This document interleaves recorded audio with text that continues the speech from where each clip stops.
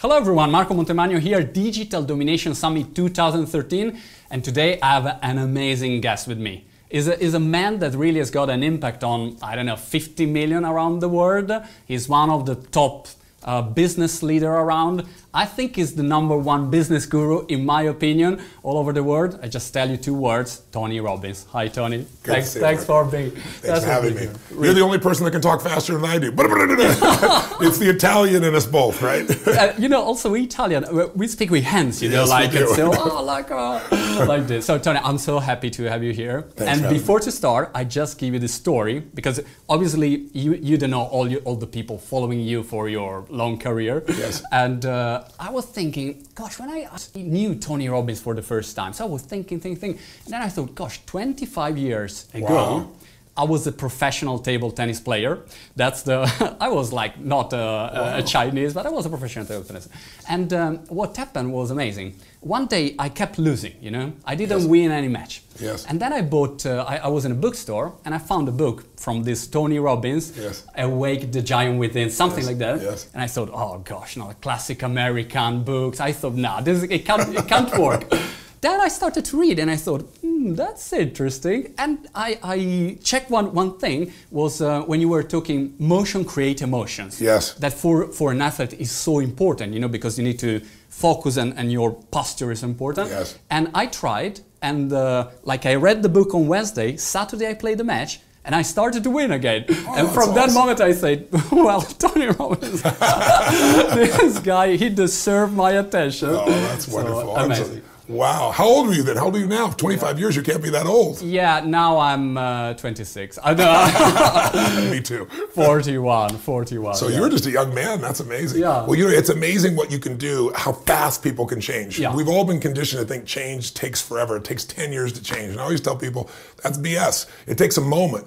The moment you have the right strategy, if you do the wrong thing, you can work at it for 10 years and not succeed. When you have the right strategy, it changes everything. Or the right psychology. You can have the right tool, but you're not going to apply it because you're in the wrong state. And in athletics, that state of mind that you described, that ability to change your state by using your body, not just your mind, is so critical. And most people, they lose that edge at times. And that's usually when I get the call to turn somebody around. Is it right, Tony, if I say that I was thinking, you know, in which business you are in, and from your biography, you are in many business. Yes.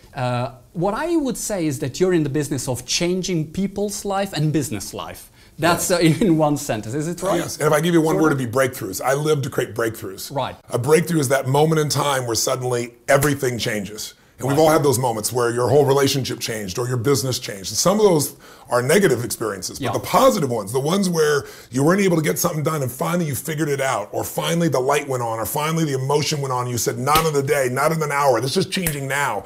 I know how to get people not just to trigger that, but I've learned there's 3 things people need. They need the strategy, because without a strategy, you're just going to be flailing around learning by trial and error, and you'll eat up time. If you have the right strategy, you can compress decades into days. Literally, you can save that time. But lots of people know the strategy. They know what to do. Some of your viewers right now may know they have their business or they have something they want to change their life. They know what to do, but they're not doing it. It's because they're missing the right story. Right. Story is just my metaphor for all the beliefs we have, all the expectations, all the rules about how life's supposed to be, how business is supposed to be. And when people don't, for example, work out, they have a story. They say, I have no time. Or the story is, oh, I've tried everything. If you tried everything, you'd be fit, right? You know, or I'm not in a relationship because all the good ones are gone. The story keeps us from either finding the strategy or actually accessing it and using it effectively. But the problem is, if you tell somebody you got a lousy story or you have a bunch of limiting beliefs, they'll look at you like you're crazy. The way you change people is you change their state. Right. The mental emotional state is what you made a shift in back then, even with table tennis. You did it physically. There are many ways to do it, as you know. But like when you think of somebody and you think of somebody you get upset with, when you get in an angry state, you'll remember everything they ever did that pissed you off, right? You know, instantly.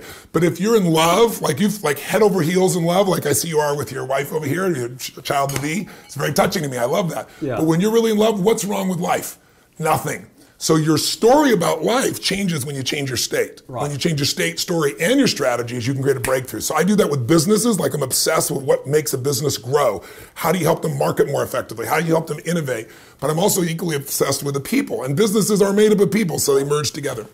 So the 3 S, strategy, story, and stay. Yes. That's what is really making the difference. Well, it's much more complex than that. But yeah. Give me an answer in 2 seconds. I've tried to figure a way to encapsulate it for people, because if you're not making progress, if you're not making a breakthrough, you either don't know what to do, or you're doing something but it's ineffective, or you got limiting beliefs, or you're in a state where you're not using any of this stuff, right? And so if we hit all 3 of those, we're going to create a breakthrough. Actually, you know, when you do an interview, you bring with you this kind of block notice, you know? Yes. And I know that you probably think that I took my questions, but I took my block notice to get notes from all the things that I will learn from this interview, you know? So that I was trying to use it in a different way. One question. 2013, imagine that Tony Robbins arrived from the moon in this world in 2013, and you have to start from zero, from scratch. Yes. You had an amazing career. I mean, this is just, guys, go on Google and look for Tony Robbins, and you'll discover billions of things. Where would you start from if you should start today in 2013 to launch a successful business? Well, I think any business, doesn't matter if you're coming from the moon or you've been here forever or not been here at all, you have to find, you can't just come up with an innovation. People say, well, you know, innovation's the key. I know that all businesses, you know, Deming talked about this, so many different teachers have talked about it. It's all marketing and innovation. Drucker used to say, all businesses is marketing innovation. Well, what is that? Innovation is finding a better way to meet people's needs than anybody else does. And it's not enough just to innovate. You got to keep innovating. Apple's a perfect example. It's, you know, it's the most successful company in the world, but the leader was such an innovator. He drove an innovation culture that right now they're in a little bit of a lull. Now, most of us are hoping that they're going to turn that corner, but they're still doing great products, but they're not real breakthroughs. They're giving us some of the same stuff, but they aren't making it unique enough. And then the second part of a business is marketing, which is getting people to want to do business with you. Well, today we live in a world where, you know, it used to be that you could put out, the average person would watch advertisements, and after 4 ads, on average, at least in America, I don't know what it is in Europe, if they were going to buy, they would take some initial buying action. Now it takes 16 exposures. So the cost has gone crazy. So how do you break through that? The only way to break through that, some people do it by spending so much money and creating crazy ads that make you pay attention because they're so funny or bizarre or raw. But a lot of those ads, you don't buy their product. You laugh. You know the company, but you don't buy their product. Because it's not necessarily bringing you in. The other way a small business can do it is, you've got to figure an innovation that meets a need that's missing. Right? It's not enough just to have innovation. A lot of business owners go, oh, I have this great idea and I'm so excited, and they're going to go launch it. But there's not that big a need.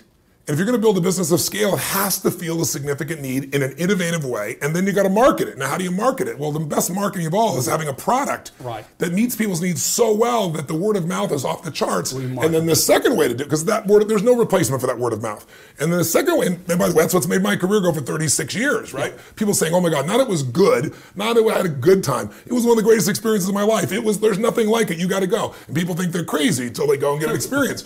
But then on the other side of it, you can also market today and have a huge advantage if you make your mentality of marketing what I call VAM, V-A-M, value added marketing, where instead of trying to compete for eyeballs, you go find out who that client is and you find a way to meet their needs, and you do things for them that really meet their needs. I don't care if it's educate them, provide them an insight, something that gives them more convenience. The actual marketing itself does that for people. And then they begin to understand you, recognize you, like you, trust you, and want to do business with you.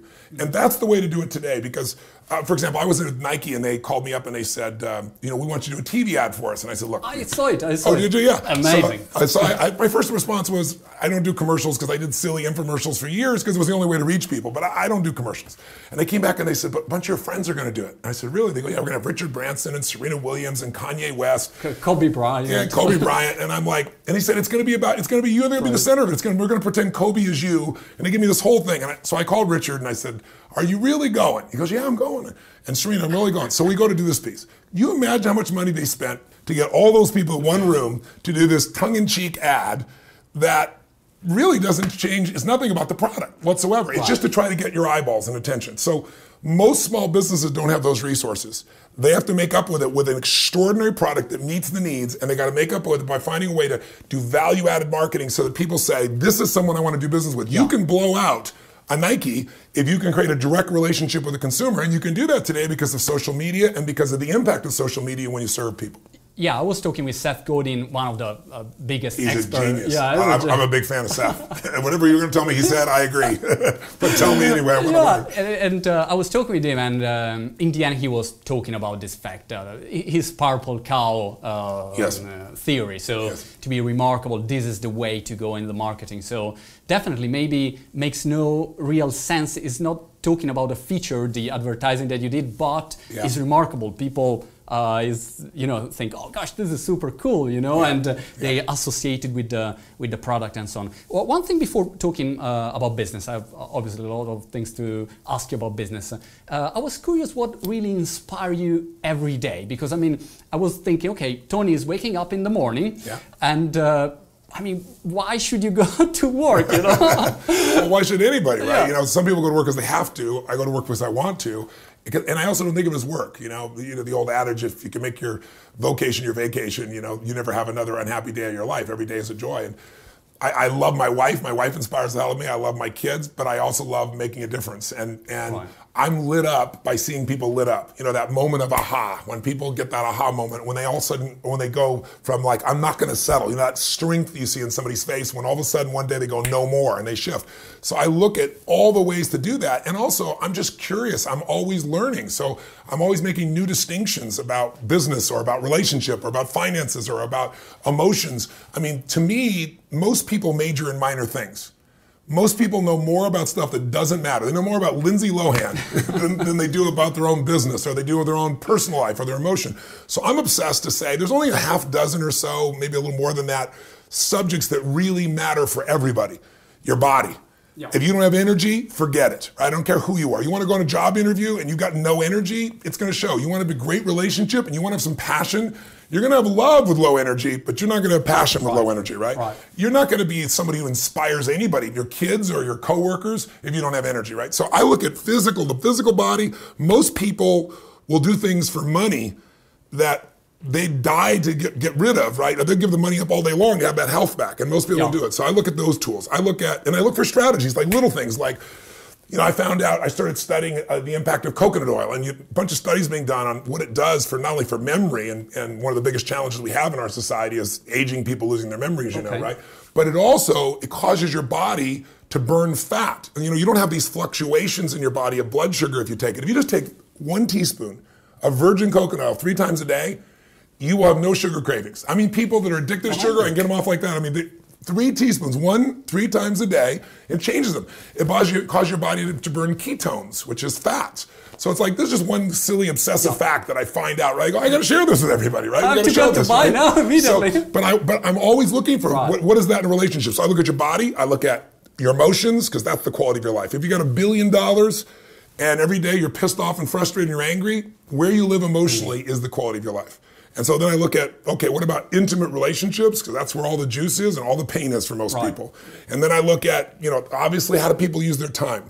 Not managing it, but mastering it, squeezing out of that time what you want. Then I look at the issues that relate to your work, your finances, and then the spirit, not religiously, but at a spiritual level. What makes you light up? What is it that makes you feel like you're growing and giving? What makes you celebrate life? So outside running your business, those 6 or 7 subjects to me is all of life. So every day I wake up wanting to learn more and share more in that area, and nothing's more inspiring because it changes people's lives. I want to talk a little bit about your digital life. Yes. Because I was very curious when you started. I remember more or less the day that you arrived online. Wow. Because you did a lot of events, obviously a lot of physical events, big success. Well, we here in London now, and you just did another amazing event with 5,000 people all rocking last night. Crazy, no? I'm in the middle of it. I'm going back. Yeah. And so I was always wondering. I thought, gosh, how Tony will manage, the online part, which is different, and how he will emerge the offline platform that he has with the online side. Can you elaborate on that? Because I think it's very interesting for all business that maybe they're good on the physical, on the traditional business, but when they go online, they really don't know the way to go. Well, I look at the... And sorry, by the way, you have over 2 million followers on Twitter, so you are top LinkedIn influencer, so you... From 0, you went immediately. No, we've been very fortunate. Plus, Well, if you want to know the secret to it, I think the secret is what you do offline is as important as what you do online. If you don't add value offline, people don't come to see you, right? So I think it's an extension of your relationship with people. I look at Twitter for me as my way of using it is the world we're in has so much information coming at us that we're no longer in an information age. We're in an attention age. Like everybody's fighting for your attention. Yeah. And we're drowning in information and we're starving for wisdom. So what I look at is I look at myself as an intelligent browser. Like I follow certain people like say Richard Branson or a variety of people that I love and personally know, Mark Benioff, people like that. They're friends of mine, but even friends of yours, you don't talk to every day. Yeah. And they're looking for content that they want to share that's interesting. So they help me to take all the data and bring it down to stuff I might really want to take a look at. And then I try to be that for other people. Okay. And so in Twitter, you only have 140 characters. So the key is know your limitations. So I look at it this way. I plant seeds of inspiration, which is what people want in forms of quotes. I bring links that are things that are entertaining and interesting and that tell people what's coming. I'm very interested in the newest technology, not just devices, but in health and fitness and things. So anything that can inspire and educate people, I try to be a source of. I have my individual conversations. I do them by direct messaging. Some people think I don't even talk directly on Twitter, but I do. I talk every day. Okay. I just don't want to fill my feed with a million other things that are there that someone might not be interested in, and I can go directly to people. On Facebook, my Facebook is an extension of that. On LinkedIn, I spent a bit more time because I had a larger venue. I could put more content, and I don't know where we are right now, but we were in the top 5 most followed people on LinkedIn, which was pretty exciting and fun. But it's also my audience. It's business people that I'm helping to work with. So my answer to your question would be, if you want to succeed, you got to know the limitations of the technology as well as the strengths. Yeah. So if I, in the beginning on Twitter, I was trying to like answer everything, and just 140 characters not going to happen. So a link to something that gives answers, right? A link to something, an idea of something, it's beautiful. Use it to help people understand what you're looking at that you think is valuable, that you think it might be valuable for them as well. Yeah. And it's a way to stay personally connected. Facebook, a little more depth. LinkedIn, more of the business audience. And it's like we can go a little deeper there, a little more content there. But none of it is a seminar. So what I also do is webinars. Yeah. And so, for example, you said you just attended the entrepreneurial one I've got. So I put a 5-week business course together that, I mean, anybody's gone through it will tell you it's worth thousands of dollars. And I just put it out there and say, add value. I'm going to add value. I'm not holding anything back from anybody. This is some of the best stuff I know that can help you grow your business. Go to the session once a week. It'll cost you nothing. If you want to do more business with me and become a client, I'd love to be able to serve you. But if you don't, go rock and roll and build from this. So I think an attitude of generosity, true generosity, not fake generosity, an attitude of trying to add value everywhere you are, offline and online, is really the key. I was talking with a Digital Domination Summit speaker the other day. Yes. And well, it was funny because he said, "Hey, Marco, you remind me of Bear Grylls." And the guy who's the explorer, going around. And I thought, gosh, I'm not like Bear Grylls. I don't go in Sahara Desert. I don't eat, spiders. Or he said, no, but because you explore great people minds in the digital world, try to get a recipe, and then bring it to people or business. And I thought, gosh, cool. I thought, well, I will use it for my description. I never thought about that. And what I was always looking at your career was your ability to model, to modeling great people and find patterns. So I think you are the pattern master, in my opinion. In business, what are the most important patterns that you discover of most successful people? If you can, summarize the most important in your opinion. The most successful people, period. If you gave one characteristic above all else, the one universal characteristic, I can determine when someone's going to succeed or fail: hunger. If a person has hunger, that drive, that inner drive, not drive somebody else gives them, but something inside, there's a curiosity, there's a demand, there's a need to give, there's a need to grow, there's a need to expand, there's a need to change the world. If that hunger doesn't ever get fully satisfied, that person will be successful. Because most people, if they are hungry and then they achieve a certain level and they're like, why go to work today? I've done it. Well, what else am I going to do? When you lose your hunger, you lose your drive, you lose your life. So hunger is the first characteristic. But I think the second thing is extraordinary passion. Because some people are hungry, but they just don't have enough energy to bring to the table. You find somebody, I don't care, and they all have different styles, don't get me wrong. Mark Benioff is a dear friend of mine who started Salesforce.com out of one of my seminars. He worked for Oracle, he left, he set this goal that day: I'm going to build Salesforce.com, I'm going to make it a $100 million company. His goal is $100 million. This year they're going to do $4 billion 14 years later. Crazy. Now Mark has got hunger, he never is satisfied. It doesn't mean he doesn't enjoy where he is, he totally enjoys where he is, but there's always a new level he's got to give, he's got to contribute, he's got to be on the next edge of, he's got this curiosity, he has this passion. But the third thing they all have is incredible standards. Steve Jobs had passion, different style, not talking fast like me. You could see it in the gleam of his eye. Steve Jobs had a hunger. It was never good enough. Steve Jobs, God rest his soul, this is a man who had standards that made people freak out to go sit down with him because nothing was good enough. But that's how he built the most successful company in the history of the world. So those might be three. I could give you a dozen, but those three off the top, I think, are the most important one. And if you don't have that hunger, you got to get hungry again. You can get hungry by getting around where it's better. Right. Like if you get around people that are incredibly successful and you spend time around there, something might strike you and you might say, you know what am I doing settling for this life? This is what I'm about. Or you might get hungry because you hit the ground hard enough. Like you fail hard enough that you finally it shakes you up and you say, I'm never going to be here again. Right. It happens on both sides, but hunger is that base key.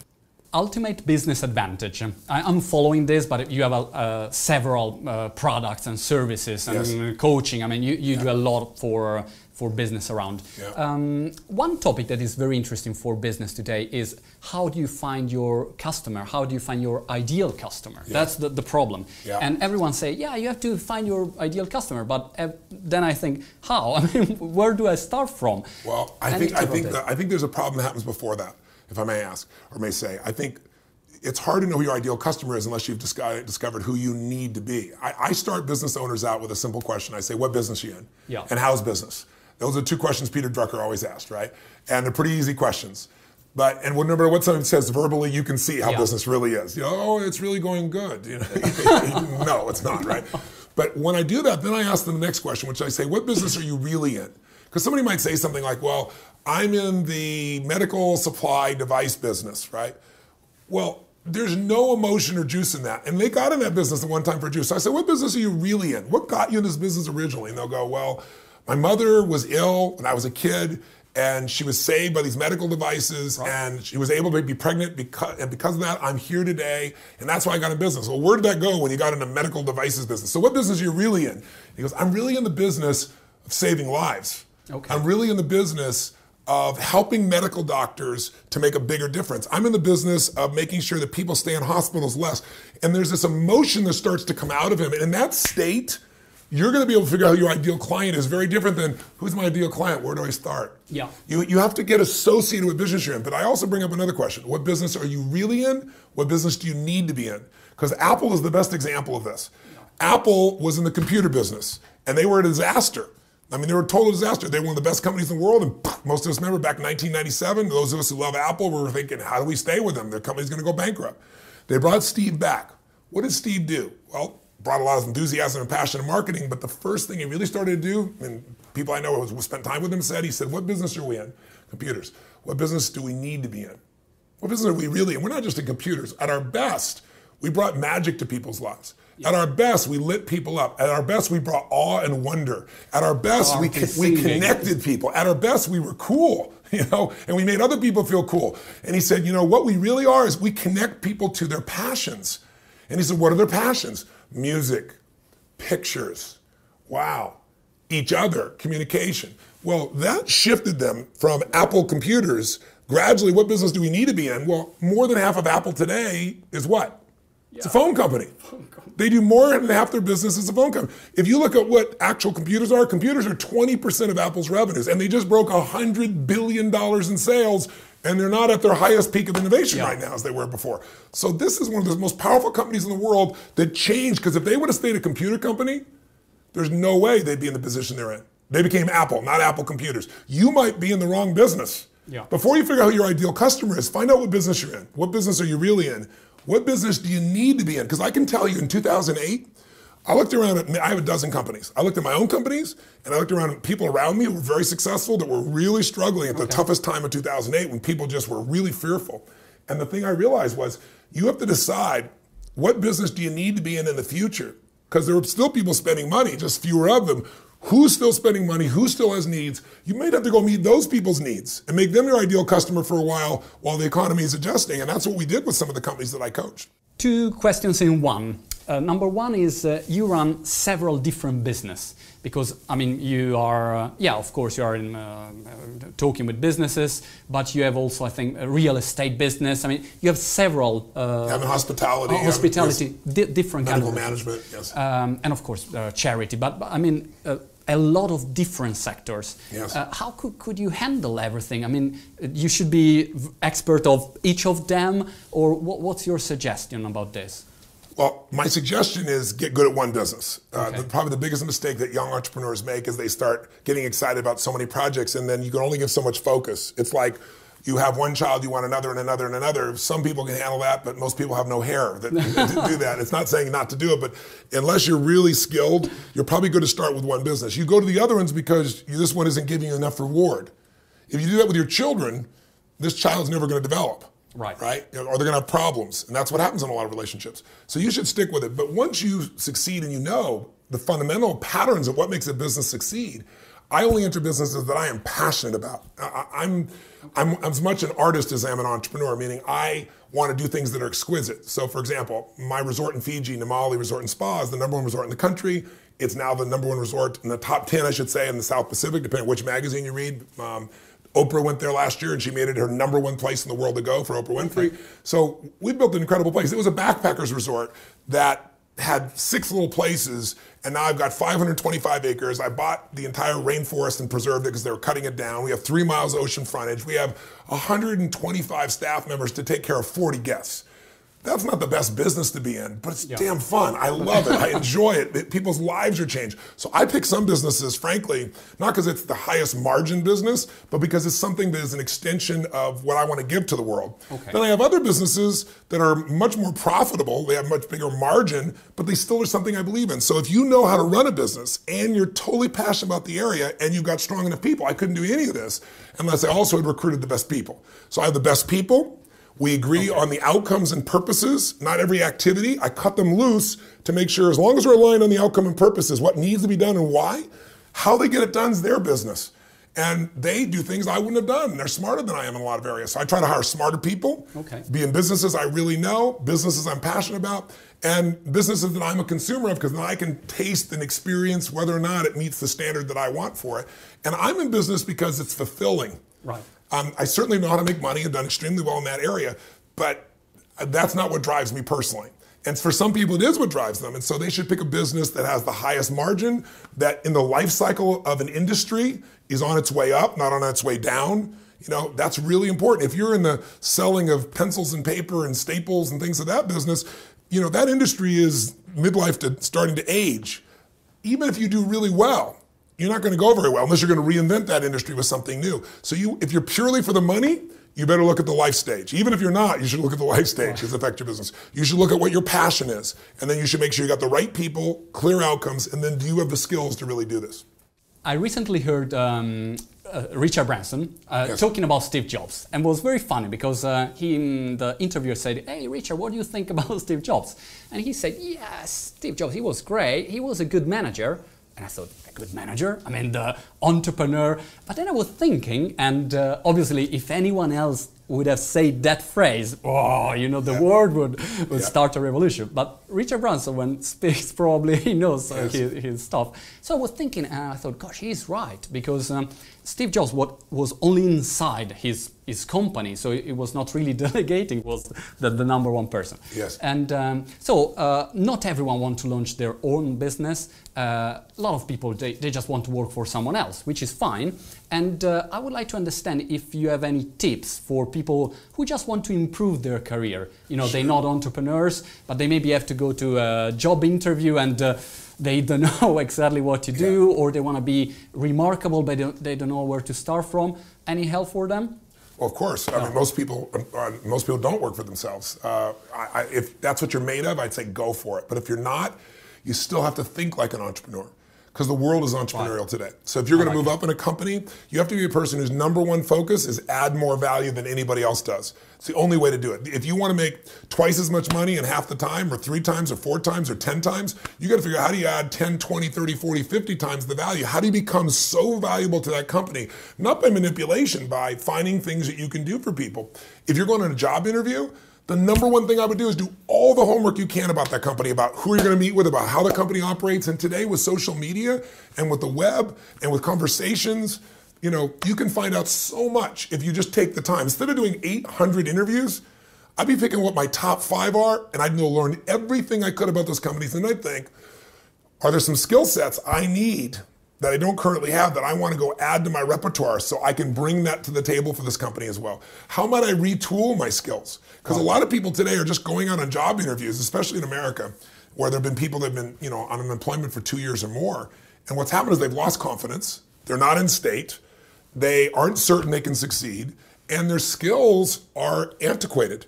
So we're living in a world where change is happening like this. And you don't have to be in the tech business to know that the intelligence of the tech business is starting to seep into every industry. Yeah. And so today, you might want to say, okay, where's my best opportunity? There's a growing industry, obviously, in the medical field. There's a growing industry in clean energy. Maybe I have to go retool myself so that I can go get the kind of job that I want, as opposed to why do I keep failing? That'll never happen. Second, do your homework on targets. And then I would also do your homework on the person that's going to interview as much as you could. Okay. Then I'd put myself in state. I'd really say, how can I add so much value? And I'd be in there with specific things you could do. And last thing I do is go say, have some fun. Because if you enjoy yourself, the interviewer will enjoy you. But if you're in there like every moment, you know, what you're trying to squeeze that in, you're not going to have a good time. I think you've got to be natural and real. And then the last one I'd say is go until. As simplistic as that is. I mean, guys like Disney, most people have forgotten. The guy was turned down by 102 banks. Yeah. 102 banks before they finally said yes.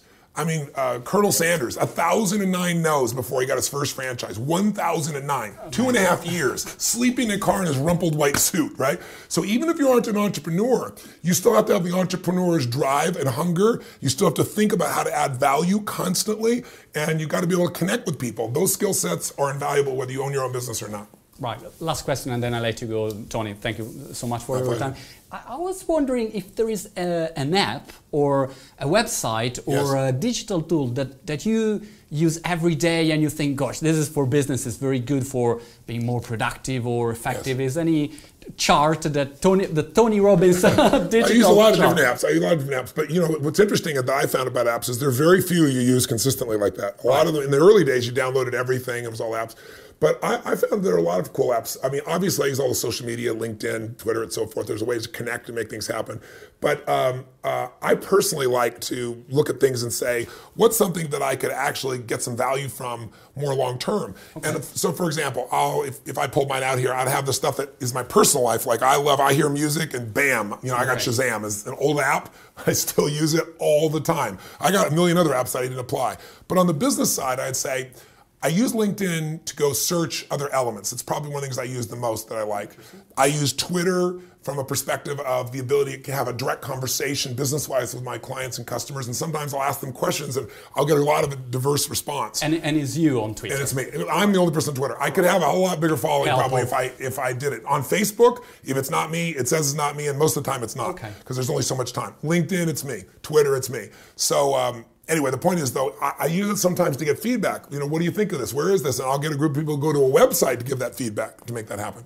But, you know, on my own experience right now, if I open my apps here and I go, what's on the front page here of this piece? I got Orchestra that I'm playing with right now, which is a great tool for kind of managing your time and so forth. Doesn't quite meet all my needs. I've had Wunderlist in the past, which I'm not using anymore. They've just upgraded it. But I look here and go, okay, it's really the stuff that I'm using here comes back to LinkedIn. Mailbox. I love Mailbox. It's a brand new app. Yeah. And it's really useful for being able to manage your email. It's something that I've wanted for some time that makes things of that nature. But most business apps that I've seen need to lead to something deeper.